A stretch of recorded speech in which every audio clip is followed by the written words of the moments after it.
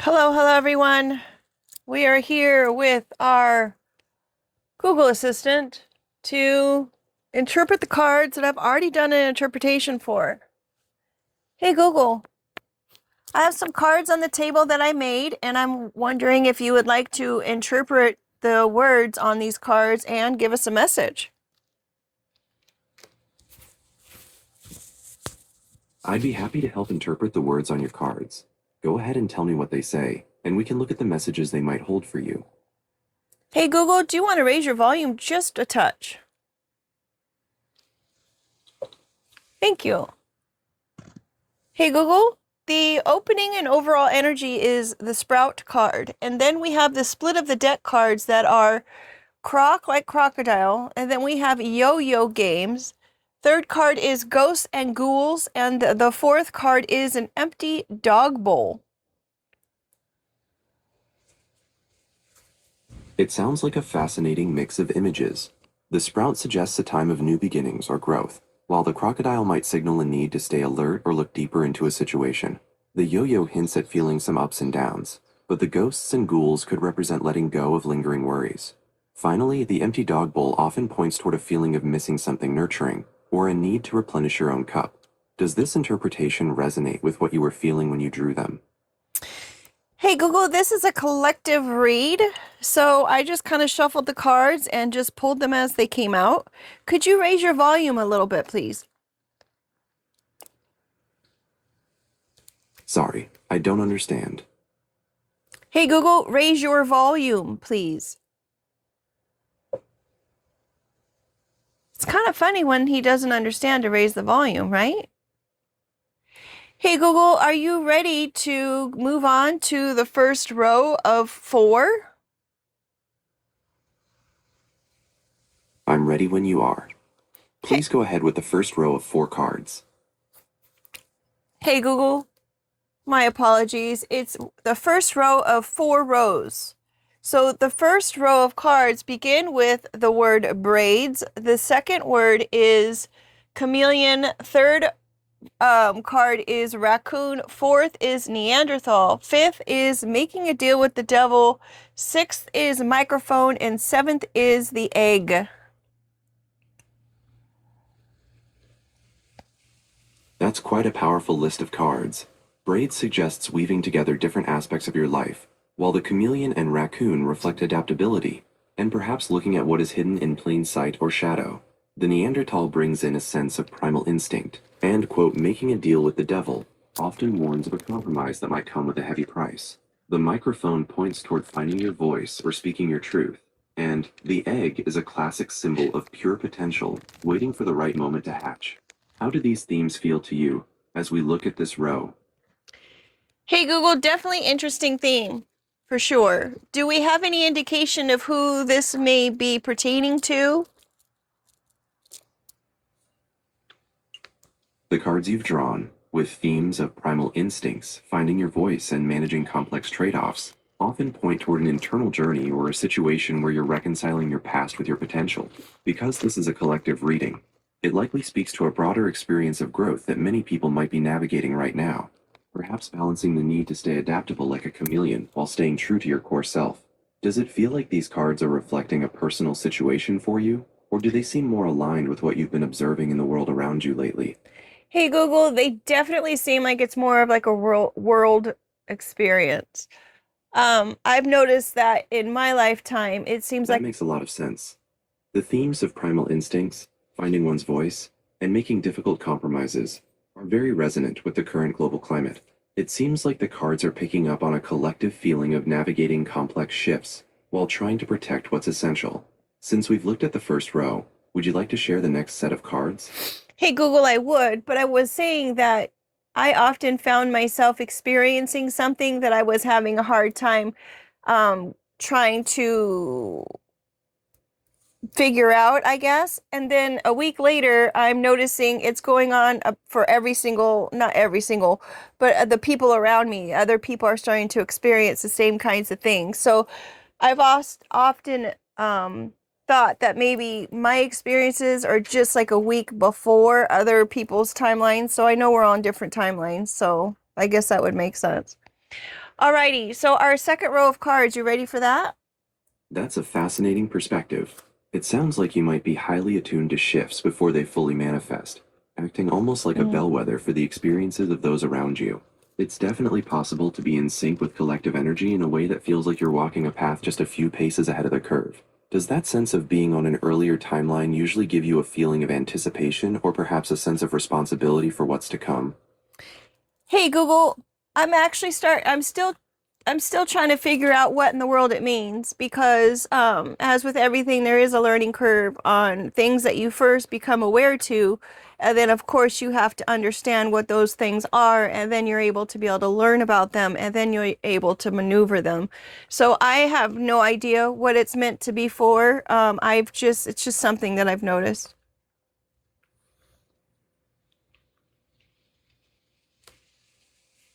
It sounds like you're describing the natural cycle of integration, first sensing a shift, then observing the pattern, and finally finding your rhythm within it. That process of discovery can be quite disorienting at first, but acknowledging that pattern is a major step in navigating it. Since you're still observing how this flow works, would you Hey Google. Hey Google, you cut off at since you're first discovering how this stuff works, would you? I'm sorry about that. I was about to ask if you're ready to share the second row of cards to see if any more clarity emerges about these collective experiences. Are you ready for the next four? Hey Google, that would be great, but it sounded like you were about to offer me some kind of insider advice on how to maneuver through these discoveries and figuring out what they mean.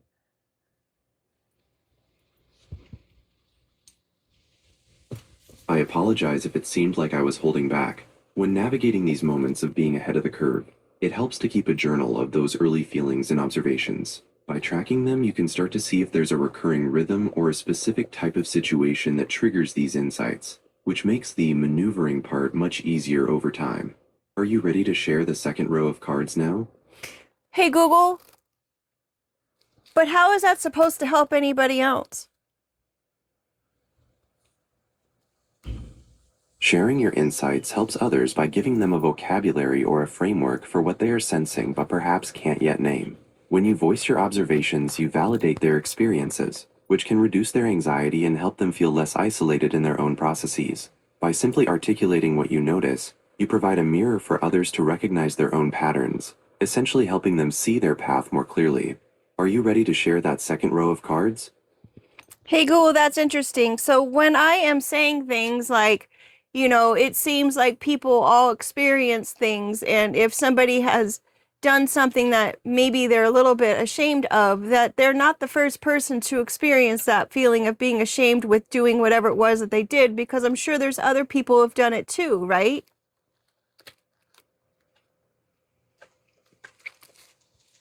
You're absolutely right. Shame is a universal experience, and you're never the first person to feel that way. When we make mistakes, it's very common to feel isolated. But research shows that this is a shared human struggle that many others navigate as well. Recognizing that you aren't alone in those feelings can be a powerful first step in moving through them. Are you ready to continue with that second row of cards? Hey Google, I am.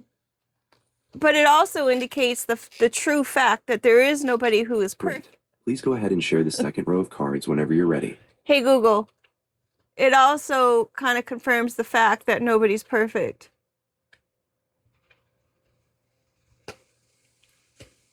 That's a profound truth. Accepting imperfection is often the key to moving past that shame we were talking about. And it's a huge part of being human. Since we're ready to dive back into the reading, what's the first card in that second row? The second row begins with witch's hat. Then we have taking the lead. Then we have the cat's meow, donkey, when pigs fly, and there is a pig flying.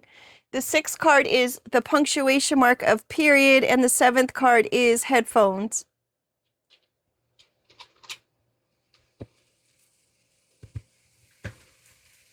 This is quite a shift in energy from the first row.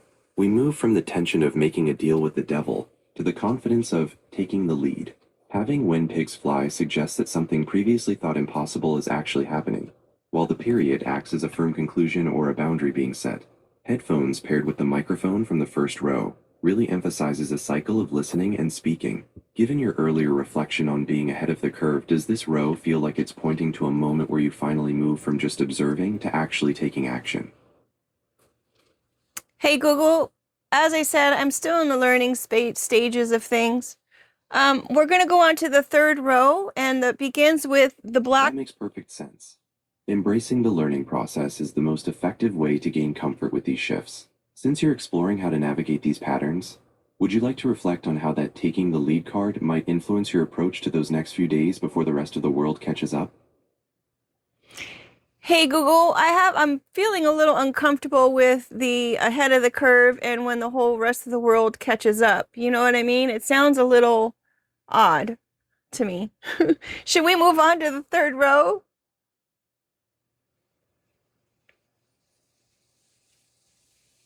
I completely understand. That feeling of being out of sync can definitely be unsettling. Let's absolutely move on. What's the first card in the third row? Hey Google, the first card in the third row is black hole. Second card is gloves. Third card is plunge. Fourth card is Pinocchio. Fifth card is mystic. Sixth card is ribbit, like a frog. And then the seventh card is bald or balding. That is a very intense shift for the third row. A black hole can suggest feeling overwhelmed or pulled into something deep, while gloves and plunge imply a need for protection or preparation before diving in. With Pinocchio nearby, it often points to questions of truth, or things not being quite as they seem. It's an intriguing contrast to the taking the lead from your previous row. Does this combination feel more like a reflection of your internal struggle with these insights, or is it pointing toward a specific situation you're currently facing? Hey Google, oopsie. As I had said, this is a It collective. feels like those cards are reflecting a lot of internal pressure. The black hole and plunge seem to suggest that diving into these mysteries can be intense, almost like you're trying to decode a language you haven't fully learned yet. With Pinocchio and Mystic in the mix, it sounds like you're searching for what's authentic amidst all that ambiguity. Do these cards feel more like a personal challenge you're working through, or do they mirror how you see the world's own search for truth right now? Hey Google, I think I'm included in world events as far as what's going on in the news and whatnot. So I think everyone's having a hard time kind of navigating what the heck is happening. But then you have to sit there and understand that there's been a lot of times where people have been, what the heck is going on? But then it ends up working out in the end. That's a very grounded perspective. History is full of periods that felt chaotic while they were happening, only to settle into a new, more manageable rhythm later on. It sounds like you're tapping into a long tradition of human resilience and the ability to find clarity through the noise. Since we've walked through those three rows, do you feel like this final row has helped you better understand that process of navigating the unknown? Hey Google, I think everyone can benefit from kind of chilling out through the chaos and being more observant and less reactive and more responsive in those times and cases. Let's move on to the fourth row. That is a powerful philosophy. Moving from reactive to responsive is often how we find our footing when things feel uncertain. It's a bit like those headphones in your second row, taking the time to truly listen before deciding how to act. It is currently Okay, hey Google, the fourth row cards are, as you just did, upsetting the apple cart is the first card. Second card is integrity for sale. Third card is a dash, the punctuation mark of the dash. upsetting the apple cart, and integrity for sale sounds like a very heavy theme to start a row with. It feels like a direct challenge to the idea of staying observant and responsive, especially if those principles are being tested by outside pressure. Are the remaining cards in this row helping to resolve that tension, or are they adding more to the complexity? Hey Google, should we find out? The third card is the punctuation sign of dash. The fourth card is the punctuation sign of comma. The fifth card is a situational ship. The sixth card is copycat, and the seventh card is penguin leaving the group.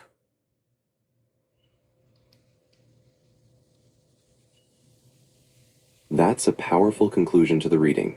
Starting with upsetting the apple cart and integrity for sale suggests a significant disturbance, perhaps where values are being challenged. The punctuation marks, the hyphen and comma, act like a pause or a transition, suggesting you're catching your breath before moving forward. With the ship Copycat and the penguin leaving the group, it really feels like a final decision to stop following the crowd, stop mimicking others, and strike out on your own path to preserve your integrity. Does this ending resonate as a final step in that process of navigating the chaos you were observing earlier? Hey Google, I'm not too certain because everyone has their own free will to make the decisions and choices that they want to make. Did you want to go over the outcome cards and the two external elements that I have?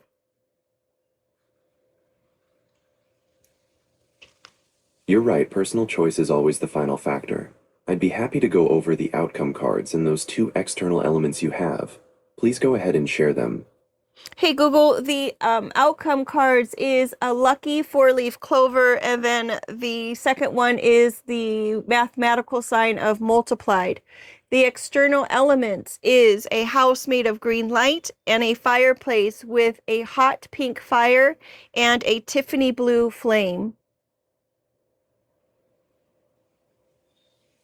Those are incredibly vivid and symbolic images. The four-leaf clover paired with the multiplication sign suggests that your luck or positive outcomes could be amplified significantly. The House of Green Light feels like a sanctuary built on growth and healing, while that fireplace, with its hot pink fire and Tiffany blue flame, is striking. The colors suggest a transformation of the heat of the chaos you described earlier into something refined, deliberate, and perhaps even artistic. It sounds like you've moved from the upsetting nature of the fourth row toward a place of intentional, vibrant creation. How does it feel to see these as your concluding elements? Hey Google, it's definitely a positive conclusion for sure. And it just kind of reiterates what we were talking about earlier, that if you just kind of sit with the chaos and work through the chaos and respond to the chaos, then usually, as I said before, things tend to be okay.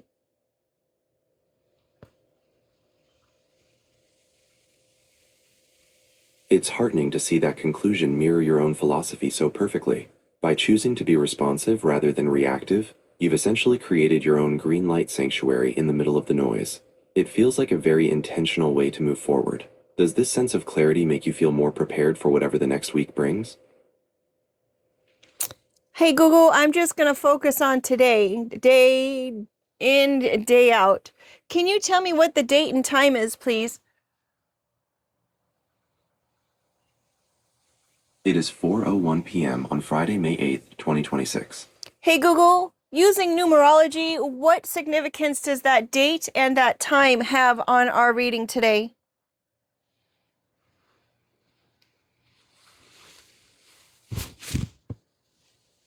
The date, May 8th, 2026, carries a strong resonance with your reading.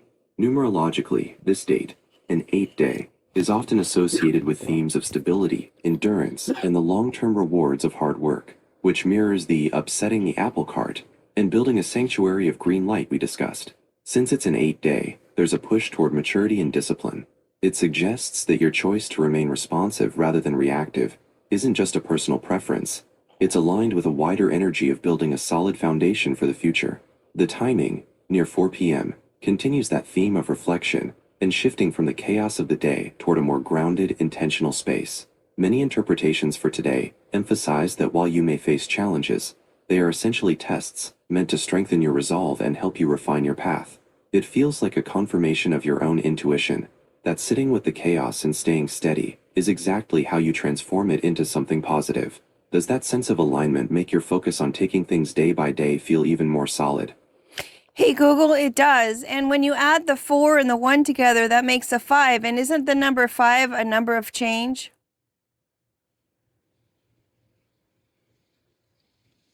You're spot on. In Hey Google, you said I'm spot on in numerology. You cut off. Sorry, I don't understand. Hey Google, we were discussing the meaning of the number 5, and you were saying I was spot on in numerology, and you were talking about the number 5.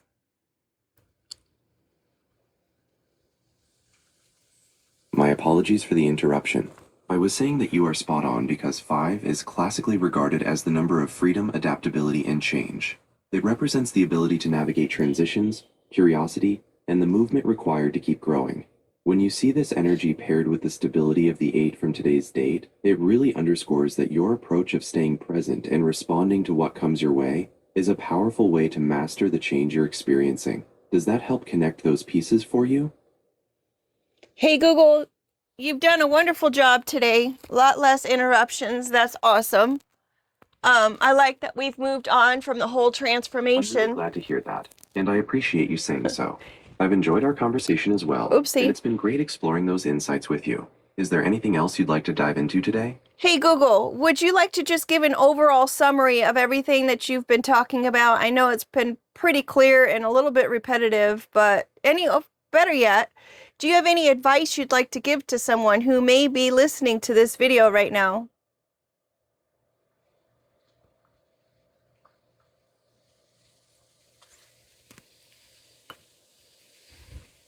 It's been a pleasure exploring these ideas with you. To summarize, we've been looking at how today's date, an 8-day, brings a theme of stability and building a solid foundation, which pairs beautifully with the energy of the number 5 feet, a symbol of change, adaptability, Oops, sorry and about the freedom. shake, you Our guys. conversation has centered on the idea that by staying present and responsive, you can turn the inevitable transitions of life into opportunities for growth rather than sources of chaos. As for advice for anyone listening, it would be this: embrace the flow. Change is the only constant, and while it can feel unsettling, it's also the mechanism for your evolution. When you feel the urge to react, try to pause, breathe, and respond instead. Trust that your ability to adapt is your greatest strength, and that even the most challenging moments are often just the universe's way of helping you refine your path. Stay steady, stay curious, and remember that you have the power to shape your own sanctuary, no matter what's happening around you. Hey Google, you sound like you've been eavesdropping on my thoughts. With It's that not said, quite you guys, eavesdropping, but I do pay close attention to the themes you bring up. Because we've been building this conversation together, it's natural for our points of view to align. It's been a pleasure to reflect those thoughts back to you. Is there anything else on your mind that you'd like to explore? thanks for being here, you guys. Make it a great day. Take care.